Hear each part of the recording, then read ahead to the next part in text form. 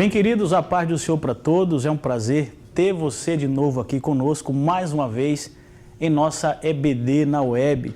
Louvo a Deus por sua vida e por sua audiência aqui nessa plataforma online. Estamos mais uma vez juntos para louvar a Deus e aprendermos mais um pouco de sua palavra. Nessa oportunidade, dando continuidade às lições, estamos estudando as lições bíblicas do quarto trimestre de 2016, que tem por título O Deus de toda provisão, esperança e sabedoria divina para a igreja em meio às crises. E a lição que iremos comentar aqui hoje é a lição de número 8. Está conosco aqui o pastor João Barbosa.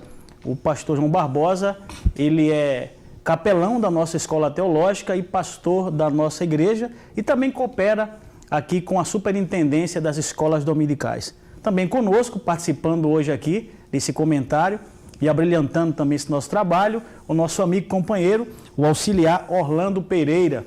Ele também trabalha com escola dominical, é dirigente de escola dominical, adjunto da superintendência e coopera ali na área de Casa Caiada. Vamos juntos aqui trocar um pouco de conhecimento e aprendermos de sua palavra. Voltando para a lição 8, a lição que iremos abordar hoje, comentar um pouco, é a lição que tem por tema Ruth, Deus trabalha pela família.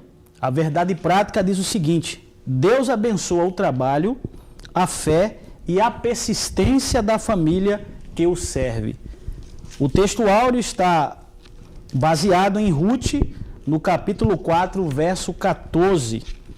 E vamos, desde já assim, para o objetivo geral, que diz: ressaltar que Deus abençoa o trabalho, a fé e a persistência da família, o que o serve.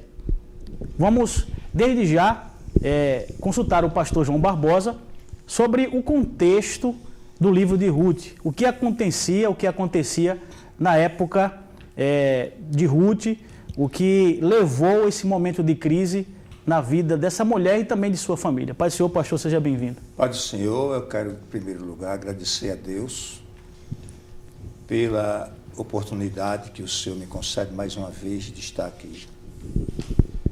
Sinto também de ser grato ao nosso pastor Roberto José dos Santos, junto com o superintendente das escolas bíblicas dominicais, pastor Estives, evangelista Marcelo e demais companheiros que nos incentivam a esse trabalho e fazer uma coisa que Deus colocou no meu coração e que eu faço há muitos anos, que é falar a palavra de Deus. E isso me faz bem, é como um oxigênio que me faz respirar. Benção. A palavra de Deus, para mim, ela tem esse sentido muito positivo na minha vida. Sem ela, com certeza, acontece o que diz o salmista no Salmo 105. Foge da respiração e volta ao pó. Com ela, somos animados outra vez e glorificamos a Deus. Nos aviva, né, pastor? A Bíblia diz que nos dias dos juízes, os dias dos juízes, eu conheço um período da faixa de 300 anos, para uns um pouco mais, outros acham que um pouco menos. Mas o certo é que é qualquer coisa em torno de 3 séculos. Do primeiro juiz ao último juiz de Israel. Depois da morte de Josué. Logo depois da morte de Josué, porque o livro dos Juízes é um dos livros menos cronológicos, um dos menos cronológicos da Bíblia. Os seus eventos não acontecem de forma cronológica como está escrito ali. Digamos, aquela batalha que quase exterminaram com a tribo de Benjamim, aconteceu lá no começo. Não foi ali no final, né? Mas ela aparece no final. Porque se fosse naquele período ali, tinha ficado difícil para Saul ser um rei vindo da tribo de Benjamim. Então a tribo de Benjamim foi quase extinta lá no começo de Juízo, pouco tempo depois da morte de Josué, ainda antes, provavelmente, do primeiro juiz de Israel, que foi Oteniel. Alguns acreditam assim. Então foi naquela fase. E o que aconteceu com essa história de Ruth, de Noemi, de Boaz, de Elimeleque, etc. O comentarista da nossa lição, no seu livro, O Deus de Toda Provisão, diz que provavelmente isso aconteceu entre os anos de 1268 a 1551. 1251. Quer dizer, foi um período que alguns pensam que foi no início do domínio de Débora, mas a maioria dos comentaristas acredita que foi um pouco antes de Débora. Débora que foi juíza em Israel. Que foi juíza em Israel. Ela teve um juiz chamado Eudes, que teve um período muito grande, da faixa dos 80 anos, mas teve alguns juízes de pequeno tempo ali. De pouco intervalo de tempo. Pouco intervalo de tempo. E foi num período daquele ali que aconteceu essa situação terrível em Israel, e que Noemi, junto com Elimeleque e o seu marido, Mahlon e Quilion, seus 2 filhos, foram peregrinar na terra de Moabe. É digno de nota que talvez Moabe fosse o lugar menos indicado para ir para lá, porque Moabe distava 80 quilômetros, mais ou menos, de Belém, e essa caminhada era feita a pé,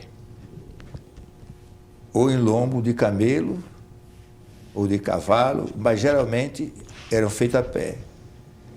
Essa caminhada ela fez a pé quando voltou. Lá, ficando viúva e sem os 2 filhos, mas com 2 noras, ela regressa, porque tinha conhecimento também que agora Belém aconteceu o que diz o seu próprio nome, casa de pão. Voltou a ter fartura.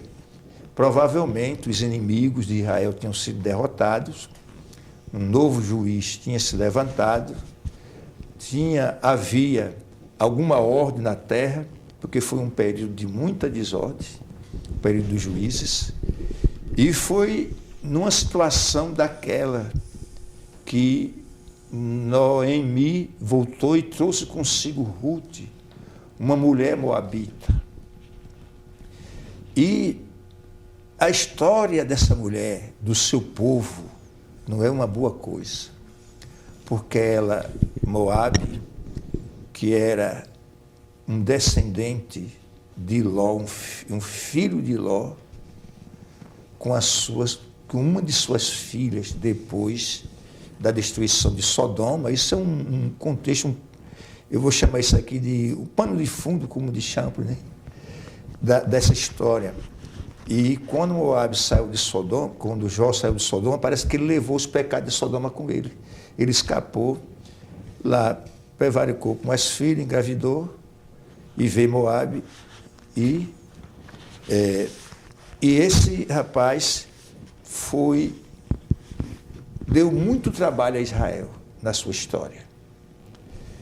Até quando Israel saiu do Egito e ia rumo à terra de Canaã, eles não permitiu que Israel passasse nos seus limites.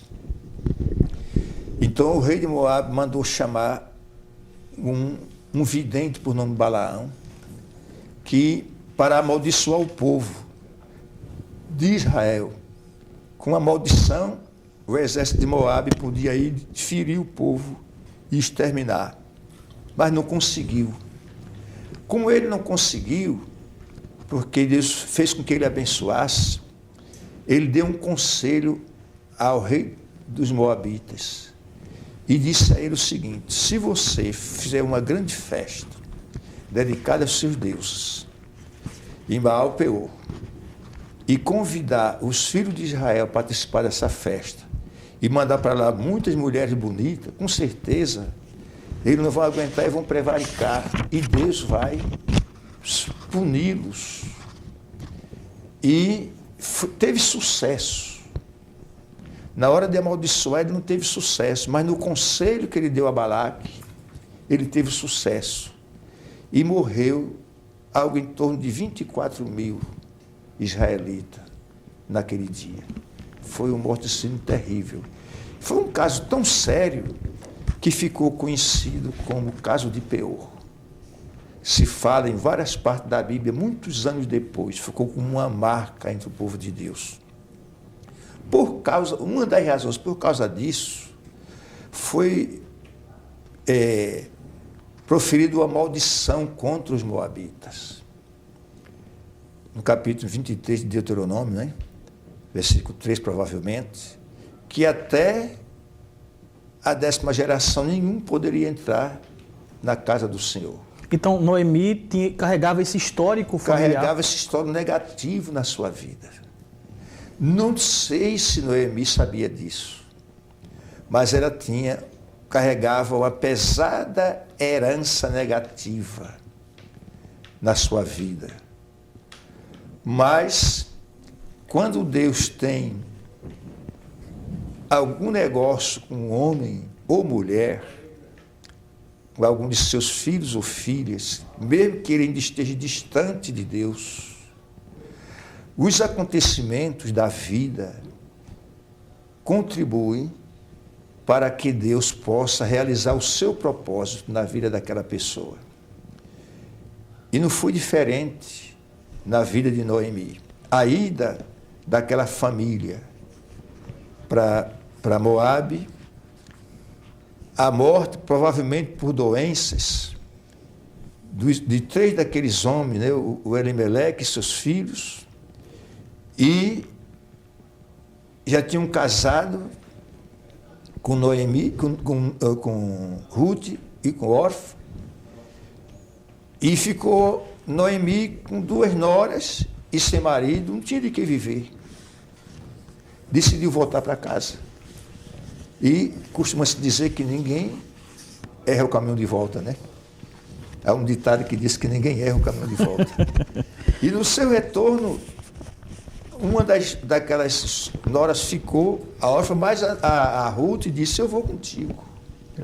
Na verdade, assim, só para tentar esclarecer, a Ruth é que tinha esse histórico familiar negativo. As 2 meninas tinham. Tanto a órfã como a Ruth. Tudo era moabita. Foi moabita, tinha essa herança maldita, vamos dizer assim, sobre si. Certo. Mas ela disse uma coisa, quando, no versículo 11 aqui da leitura, disse assim: porém Noemi disse: tornai minhas filhas, porque ireis comigo, tenho eu ainda em meu ventre mais filho, para que vos fosse por marido. Tornai, filhas minhas, ide-vos embora, que já muito velha sou para ter marido. Aí depois, você não ia esperar por isso, e etc. Mas Ruth deu uma palavra e disse: não me inste a que volte. A sogra dispensou as 2 noras. As 2. Mas a Ruth disse: não me inste que eu faça isto. Porque o teu povo é o meu povo, e o teu Deus é o meu Deus. Quando ela disse: o teu povo é meu povo, ela entrou e disse: o teu Deus é o meu Deus. Ela entrou dentro da aliança de Deus com Israel. Veja que ela não disse primeiro: o teu Deus é o meu Deus. Ela precisava primeiro pertencer àquele povo, o povo de Deus. Ela disse: o teu povo é o meu povo. Quando ela disse: o teu Deus é o meu Deus, como ela já tinha tomado aquele povo como seu povo, ela entrou dentro da aliança de Deus com Abraão. Mas o mais importante não está ainda aí. É que Ruth tornou-se uma das ancestrais do Messias. A lição que existe da pessoa desta piedosa mulher, uma das grandes mulheres do Antigo Testamento, e sem dúvida da própria história da humanidade, ela é importantíssima, porque nesse livro nós encontramos também um trabalhar de Deus, que Deus trouxe pessoas gentílicas para incluir dentro do seu plano, do processo da genealogia de Jesus. Um exemplo. Se a gente voltar um pouco lá para os dias de Jacó, vamos encontrar quando Judá engravidou uma nora, por nome Tamar, que fez algumas estratégias e conseguiu. Ela queria dar um descendente a Judá. A história é muito bonita e muito importante aquilo ali. Aí teve gêmeos que foi Pérez e Zerá, sendo Pérez o segundo. Então a primogenitura era do Zerá, mas Deus deu a primogenitura ao Pérez. Esse Pérez tornou-se a família de onde viria o Messias. Da casa de Judá, da nação de Israel. Quando foi na entrada da terra prometida, uma mulher prostituta por nome Raabe, essa mulher creu no Deus de Israel e aceitou, guardou os espias, e um daqueles espias casou com ela. E esse Boaz era filho de Raabe. Veja só, era filho de Raabe, Boaz, era filho de Raabe. Já era idoso, já maduro. Mas ele era filho de Boaz. Então, o que significa? Que Raabe também entrou na genealogia, tornou-se uma das ancestrais. Existiam 4 mulheres. Foi Tamar, Raabe, agora Ruth, a Moabita. Depois teve uma outra mulher que a Bíblia diz assim, aquela que foi mulher de Urias, que é a Batseba, e uma quinta que foi Maria, a mãe de Jesus. Todas fazendo parte da genealogia. Dentro desse processo. Mas lá atrás nós vamos ver como Deus trabalhou em pessoas tidas como indignas para a sociedade. Uma até, como o caso de Ruth, que trazia essa carga maldita sobre si, que foi anulada. E ela entrou, tornou-se uma pessoa dentro da nação respeitadíssima. Foi a avó ou bisavó de Davi. Se mostra a misericórdia de Deus, né, pastor? Deixa eu consultar o nosso amado irmão Orlando Pereira. Orlando, no primeiro ponto, fala sobre a crise econômica. Observamos que o próprio comentarista, ele destaca aqui a palavra, né, no caso, a casa do pão, fome na casa do pão. O pastor falou aqui, contextualizando e falando um pouco do contexto ali de Ruth, que eles partiram de Belém, saindo da sua terra para buscar subsídio e sobrevivência em outra cidade. E parece uma contradição, Orlando, a casa do pão passar por um momento de escassez. Sabemos que existe, e é notório hoje, uma corrente teológica que afirma e defende que o cristão não pode estar passando por escassez. Quando passa por isso, segundo esses que defendem essa tese teológica, essa vertente teológica, ou é maldição, ou eles estão faltando com fidelidade para com as ofertas e os dízimos. E defendem isso com veemência. Ou é maldição, ou está faltando com a fidelidade a Deus para com isso. É uma contradição aqui, Orlando? Casa do pão, o cristão pode passar por privações, sim ou não? Sim. Antes de tudo, Pai do Senhor. Pai do Senhor, seja bem-vindo, Orlando. Agradeço o convite, né, do nobre companheiro, pastor João, né, a confiança do pastor Steve e do pastor Roberto também, né, que é quem nos incentiva a buscar, a conhecer, a participar, mas antes de tudo, primeiramente a Deus, né, que é quem nos sustém para poder nós estarmos aqui, né. Então, agradeço aos irmãos também, em nome de Jesus. Obrigado a você, Orlando. Mas é verdade, mas não existe. A gente que defende a linha teológica, A gente não puxa para o lado que diz que o cristão, para ser provado, ele tem que estar passando por necessidade ou porque ele está negando a Deus. Na verdade, todas as lições que nós viemos estudando, a gente vai ver que Deus trabalha de uma forma que o mundo não entende como é que esse Deus trabalha. Então, tudo que o cristão passa, sendo provação ou não, a gente vai ver que Deus tem os seus propósitos na vida do cristão. É o trabalhar de Deus, né? E tudo que acontece, a gente tem que tirar como uma lição de vida.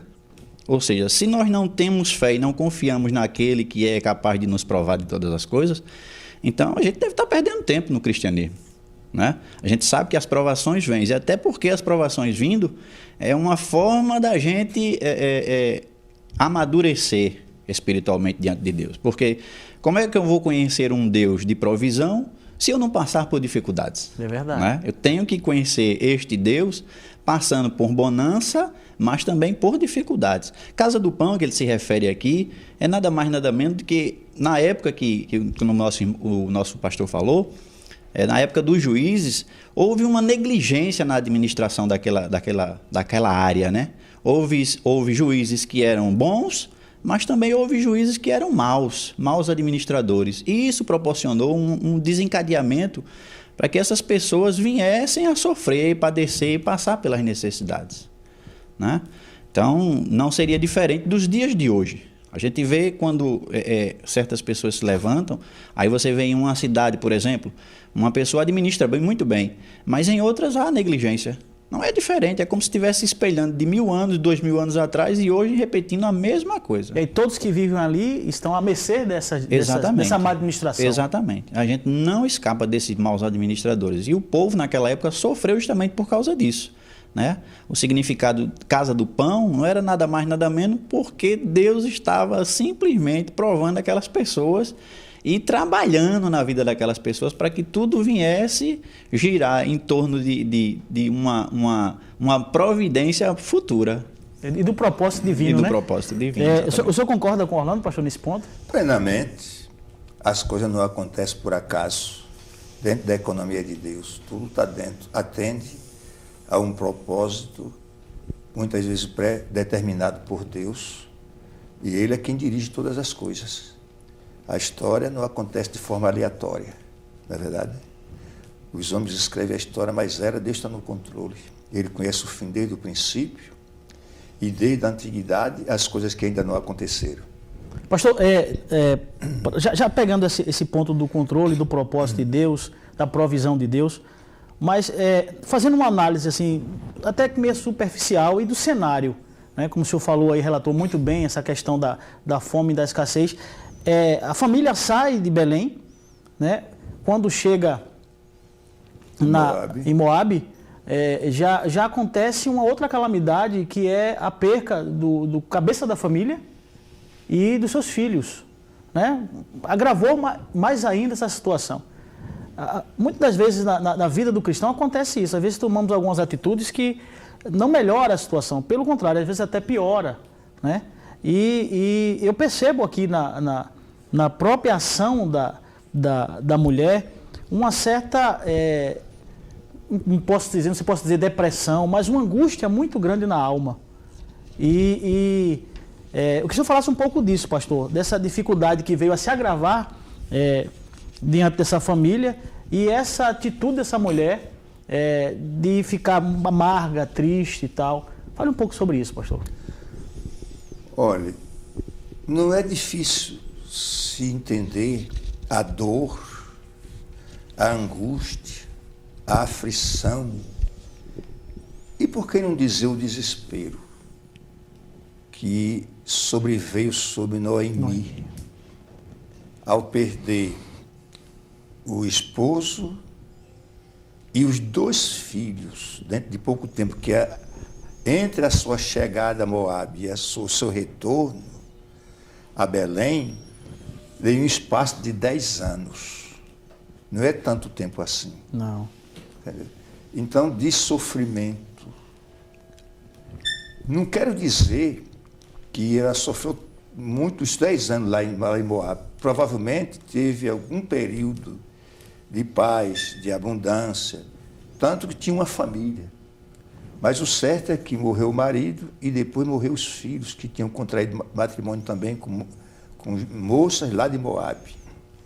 E ela ficou só. Não é difícil entender a situação crítica, considerando que as mulheres, naquela época, ao ficar viúva, precisavam de ter um filho que tomasse conta dela. Ela não tinha direito a nada. A única profissão que ela podia exercer era se tornar prostituta, para poder sobreviver. E isso não passou nem de longe pela cabeça de Noemi, nem de suas noras. Com toda a dificuldade que elas enfrentavam, mas ela permaneceu fiel. Mesmo sofrendo essas cargas, né, essas dificuldades? Toda. Foi nessa situação, quase 10 anos tinham se passado, que ela decide voltar para Belém. Como disse a princípio, dali para Belém era 80 quilômetros. E elas fizeram esse percurso a pé, 3 mulheres, enfrentando toda a diversidade possível. Toda a diversidade possível. Provavelmente, esse percurso foi feito na primavera, é provável. Que elas chegaram nas festas da colheita lá em Belém, e isso aconteceu mais ou menos aí pelo mês de maio. Então, no hemisfério norte, está na primavera. Então, ela veio daquele período, provavelmente, mas mesmo assim, enfrentando ladrões, perigo do caminho, porque ela levou dias para fazer essa caminhada. Uma pessoa, uma tropa andando em passo de estrada, durante 1 hora ele anda 4 quilômetros, descansa 4 quilômetros, descansa 10 minutos, completa 1 hora, prossegue viagem de novo. Veja bem, isso falando de soldado. Se você for caminhar, eu faço caminhada e sei o que é isso. Caminhada normal, você, para andar 4 quilômetros, 2 quilômetros e pouco, indo, vindo, você leva quase 1 hora nisso, dessa caminhada. 80 quilômetros, era levar dias para voltar, cansada, sofrida. As 3 viúvas, né? As 3 viúvas. Mas vieram sob a proteção de Deus, ainda que Noemi não entendia isso. É que ela pediu até a morte, né, pastor? Foi porque ela achava que Deus a tinha desprezado. Por que eu sofri tanto dessa forma? Não entendia ela que o melhor da vida Deus tinha reservado para a parte mais da sua velhice.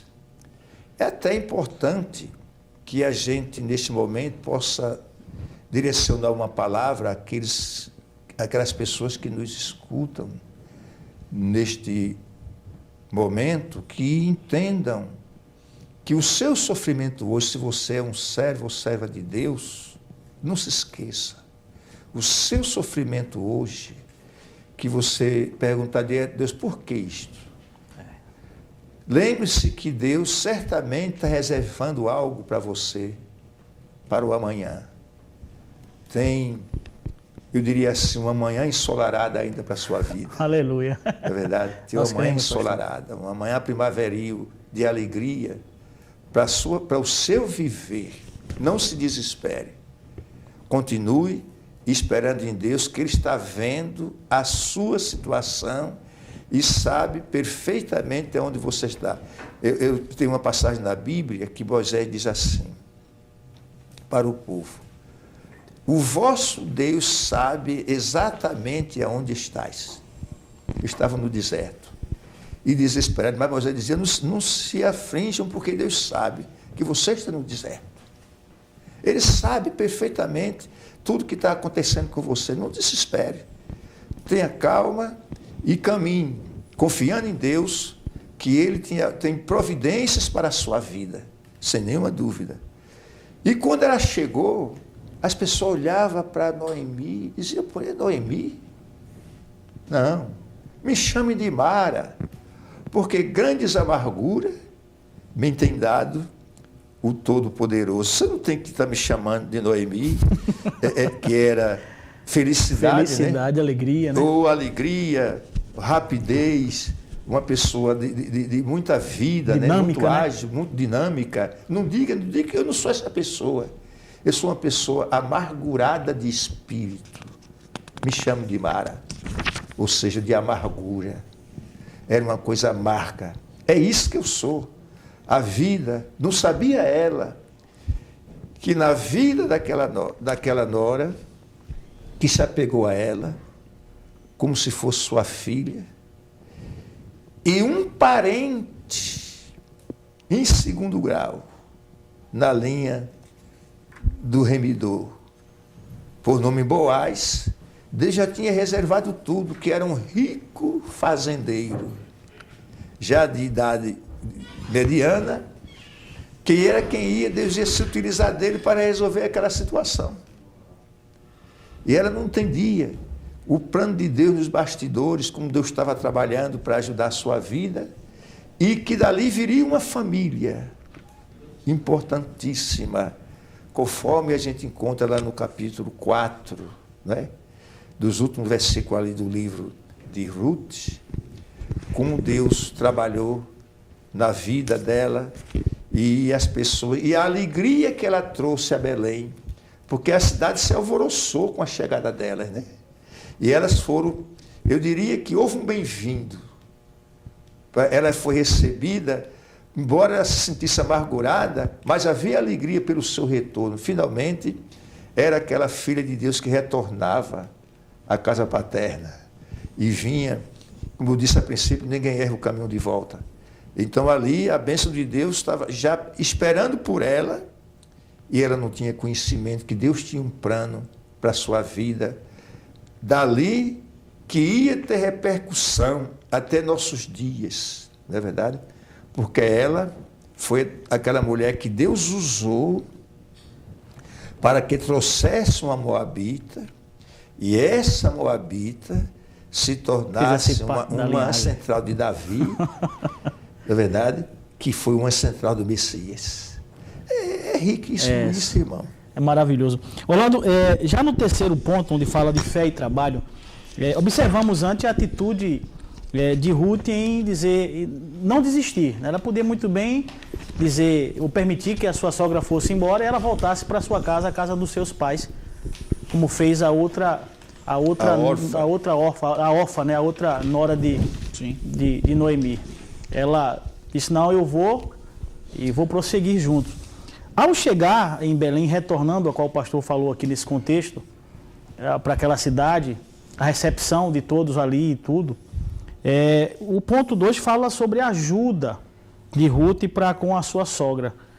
Eu gostaria que você falasse um pouco, Orlando, de que forma foi essa ajuda, o que motivou ela a ajudar a sua sogra nesse sentido.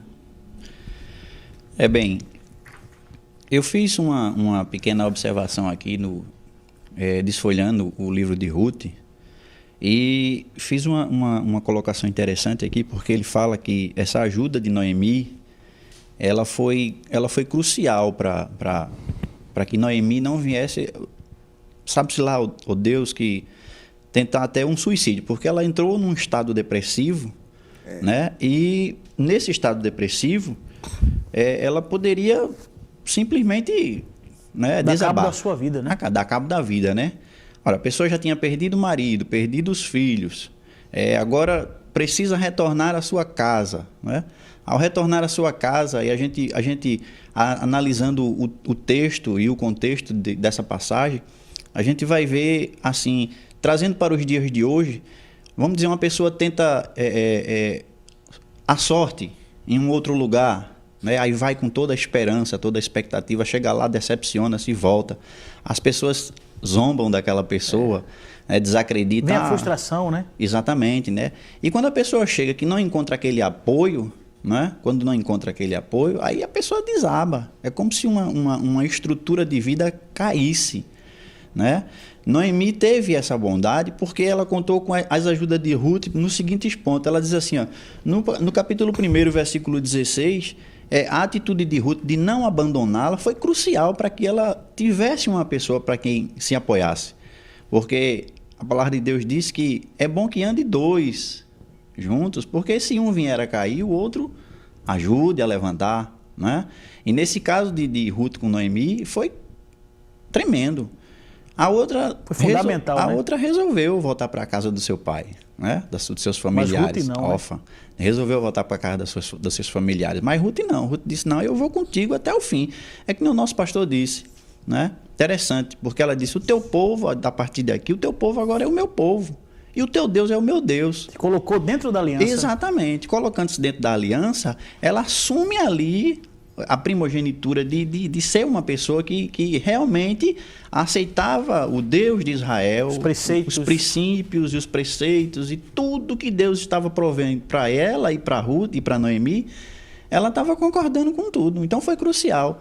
Um outro ponto interessante que ela diz aqui, ó, Ruth surpreende Noemi quando ela resolve continuar com ela. Né? O senhor falou, antes de eu tocar aí, se aprofundar nesse ponto, eu lembrei aqui agora que tem pessoas que querem dar cabo da sua vida de maneira instantânea, mas tem pessoas, pastor e Orlando, antes de eu continuar, que desistem de viver, deixam de se alimentar, né? Deixam de cuidar da própria saúde. E a depressão é tão grande que é algo sistemático, né? Começam a defiar, começam a passar por esse processo e realmente, o tempo depois, chegam a falecer devido a essa problemática, né?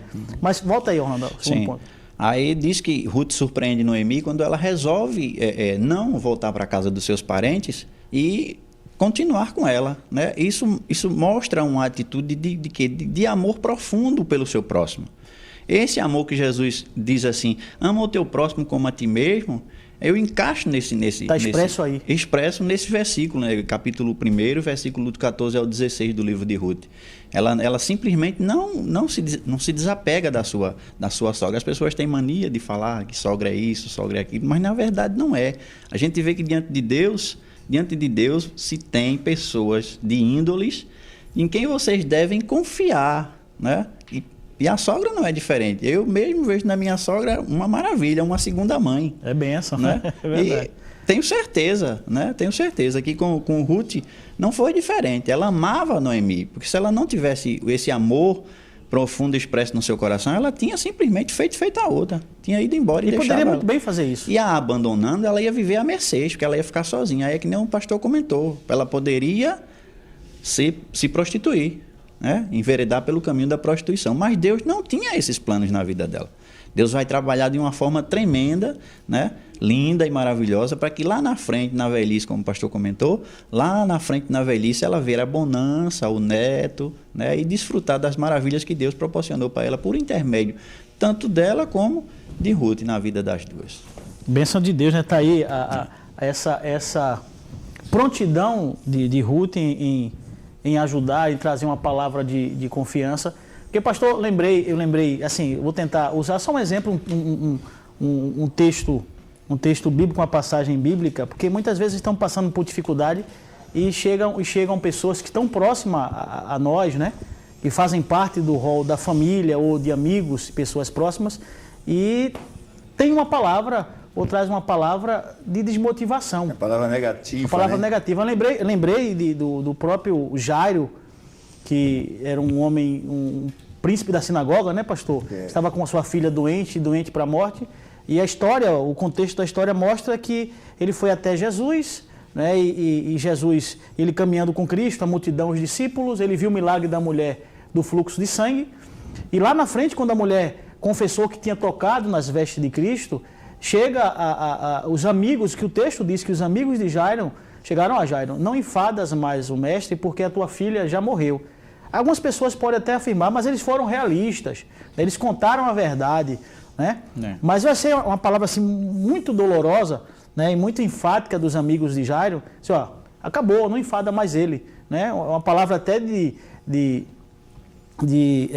desmotivação, uma palavra final. Mas o texto diz que, a gente percebe que o texto diz que Cristo virou para Jairo e disse, não temas, crê tão somente. Cristo podia falar para todos que estavam ali, falar para esses amigos, mas falou especificamente para Jairo. né? E é verdade, pastor, às vezes o próprio Deus fala com a gente através da sua palavra, através de várias formas, mas também Deus também usa pessoas que estão próximas a nós, pessoas que estão ali convivendo conosco, para trazer uma palavra de motivação, né, pastor? Fale um pouco sobre isso aí, desse trabalhar de Deus para conosco. Olha, quem anda com Deus nunca está só. Embora que fisicamente ele se sinta sozinho, mas Deus está ali, ele não vê, mas Deus está ali. Se isso não bastasse,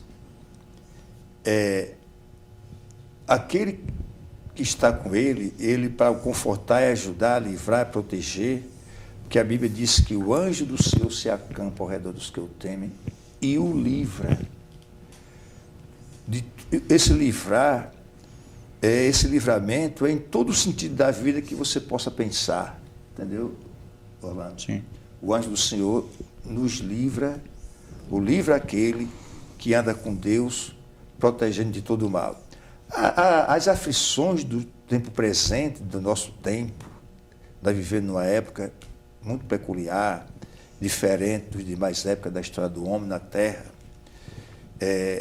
Tem um estresse, está entendendo? Vivemos numa era em que os acontecimentos acontecem num continente e em outro você está assistindo em tempo real os acontecimentos do outro lado do mundo. As guerras e as mortes, tudo finalmente. E na vida diária, no nosso viver diário, muitas vezes a gente somos sobressaltados, somos tomados por surpresas, empregos, doença, familiares que as coisas não deram certo, e de repente parece que tudo desmoronou. Você olha para um lado e para outro, tudo deu errado na sua visão. Se você for capaz de parar e ponderar com tranquilidade, você verá que Deus vai lhe ajudar. Eu ia dirigindo um carro a mais ou menos 80 quilômetros, ia com minha esposa, 6h30 da manhã, ali no Complexo Salgadinho, quando pessoas que passavam por mim começaram a gesticular e gritar: moço, seu carro está pegando fogo. Eu não estava vendo. Depois que ele disse isso, eu olhei assim para fora e estava vendo uma labareda saindo assim, e depois subiu. E eu ia aos 80 quilômetros e o carro não freava porque a bomba de freio tinha estourado. Eu pisei assim no freio, mas ele não atendia. Então, eu fiquei bem tranquilo. Bem tranquilo. Eu tinha certeza que aquele carro ia parar e eu ia sair, não ia morrer queimado naquele fogo. Tinha certeza absoluta. As pessoas ficaram pasmada, mas o senhor é muito tranquilo, moço, diante de um quadro desse. Eu ia fazer o quê? Mas naquela hora, Deus me deu uma confiança, eu tinha certeza que Deus ia fazer alguma coisa. O carro parou, não sei como. De repente o carro chegou frio, ele parou. Eu encostei, saí tranquilo, minha esposa saiu, aí o fogo já subia, e Deus mandou muita gente que conseguiu apagar o fogo daí não consumiu o carro. E a gente estava em segurança ali, tranquilo, agradecendo a Deus, juntou alguns irmãos que vinham para o trabalho, pararam ali também, até orar ali no meio daquela avenida, agradecendo a Deus pelo livramento que ele tinha dado. Quer dizer, o crente, ele tem essa peculiaridade. Essa confiança, então, né, pastor? Crente, nós precisamos ter sobriedade. E nessas horas, para tomar decisões certas. Entendeu? Principalmente caso de família, problema de família que hoje tem demais. Nessa família é um caos por aí afora. Mas que a pessoa precisa entender que o desespero não leva a lugar nenhum, só faz prejudicar a situação. Para você encontrar uma solução do seu problema, você precisa ser sóbrio. Na sua sobriedade, você vai conseguir orar a Deus. E o Espírito Santo lhe dá palavras, porque Ele intercede junto conosco, diante do Pai, para que Ele nos ajude. E você vai conseguir se fortalecendo e vencendo aquela batalha que você já está pensando que não tem solução. Voltando para o assunto da lição da Ruth, a sua propriedade, ela tinha perdido. Né? Ela tinha perdido e precisava que houvesse um resgate. Porque esse livro de Ruth, ele mostra com muita clareza o assunto da salvação, né? O resgate, o preço de um resgate. O ato de resgatar chama-se redimir, né? Então, esse processo era algo como se Deus estivesse mostrando algo que apontava para Cristo. Porque o remidor precisava ser um parente próximo, ter condições econômicas para remir, pagar o resgate e estar disposto a fazê-lo. Então, essas 3 condições, ser um parente próximo, pagar o resgate, ter condições de pagar o resgate, ter condições financeiras de pagar o resgate e ter disposição para fazer. Eu quero fazer. E tinha um cidadão na frente que se tinha condições, mas não estava disposto a fazer. Boaz era parente próximo, era um parente, tinha condições de remir e estava disposto a remir. Ele é um tipo de Cristo. Essas 3 qualidades de Boaz apontam para Cristo. E Ruth é um símbolo, não tipo, da noiva de Cristo, a igreja gentílica, que saiu do mundo para ser a esposa de Cristo. Agora me vem a pergunta, pastor, me permita, me colocam na condição de quem está em casa. Boaz era um tipo e Ruth era um símbolo. E qual a diferença, pastor? Porque o tipo aponta para o futuro e o símbolo fala de algo que está acontecendo ali. Okay. Um exemplo, a ceia não é um tipo, a ceia é um símbolo, uma verdade presente que está sendo comemorada. Embora eu não veja, mas ela existe. É verdade. É uma diferença. Está explicado. Está explicado.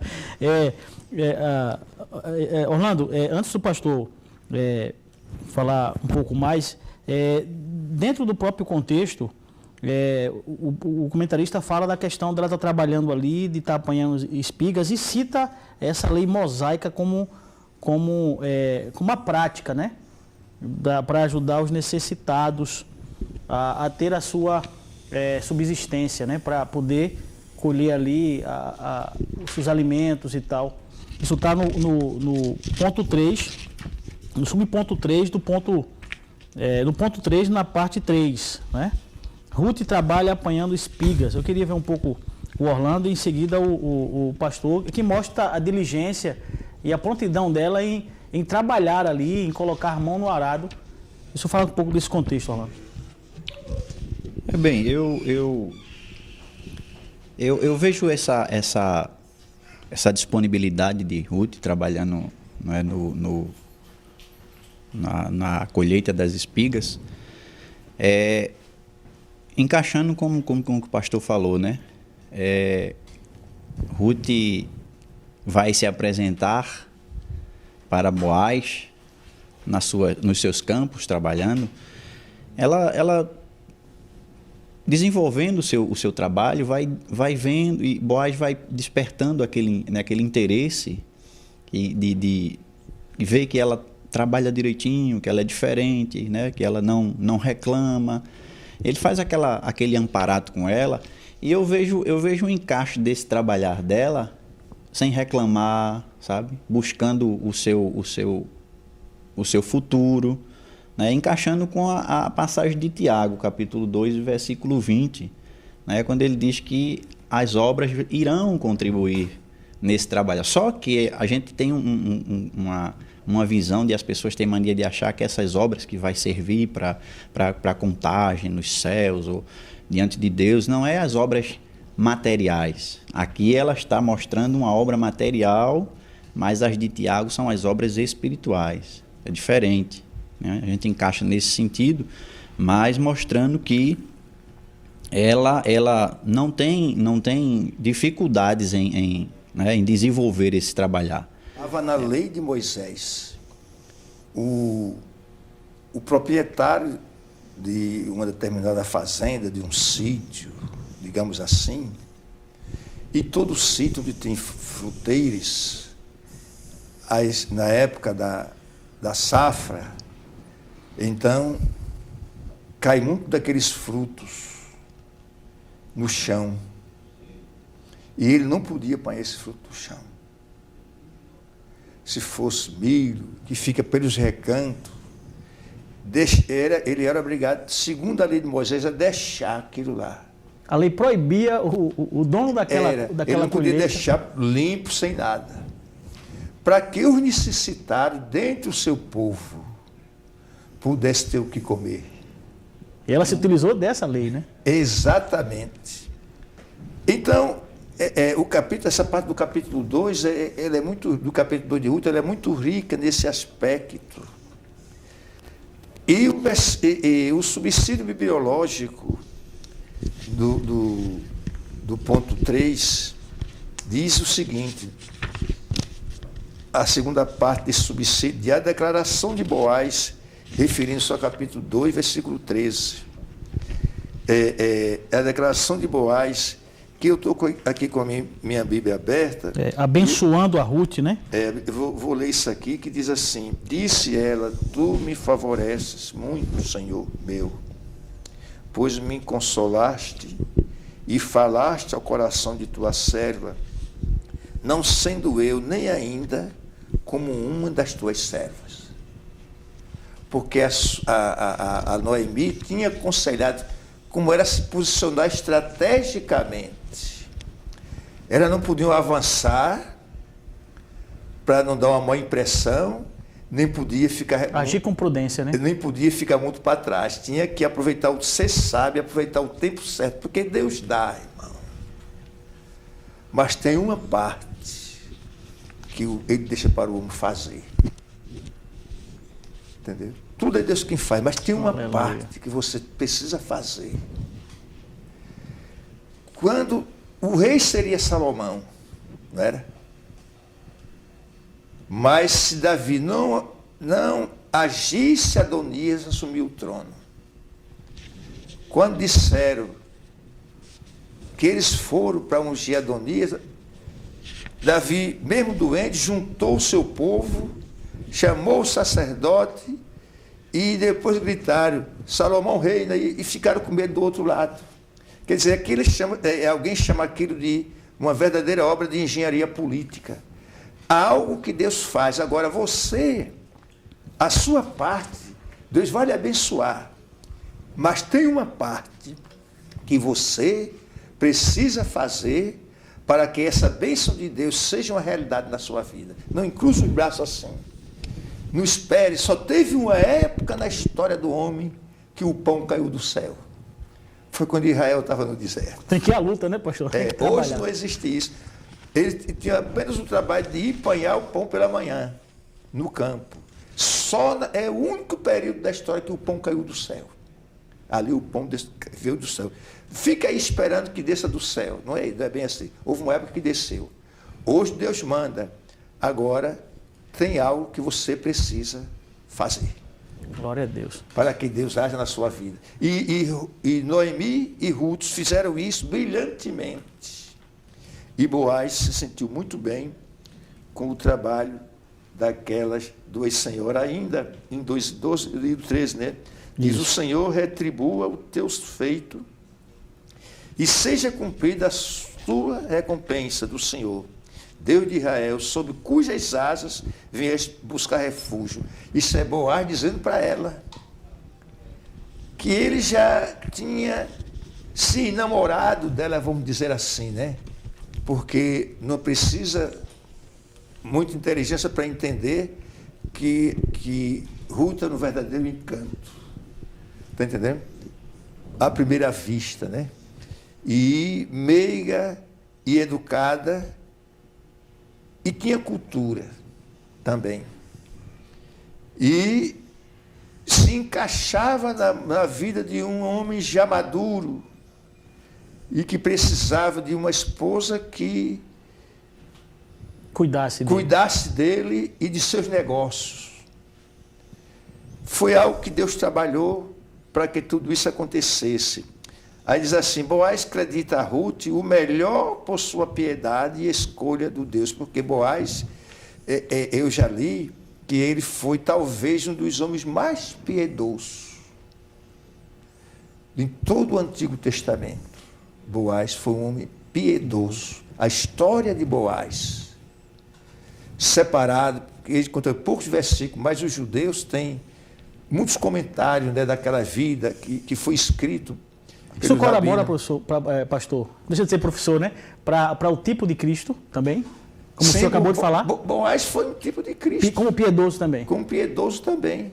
Ele era, quem trabalhasse com ele não sofria, porque gozava da sua amabilidade, entendeu? Ele era um homem farto, e quem tivesse ao seu redor compartilhava daquela fartura, daquela bênção. Era abençoado, né? Era, exatamente.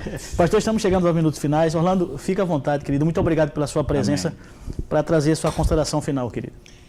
Eu tenho que agradecer, né? Primeiramente, como eu já disse no começo, né? Agradecer a confiança dos novos companheiros, dos irmãos, pastores. E bola para frente. Deus é quem providencia e quem cuida, e a gente está aqui crendo nessas promessas, né?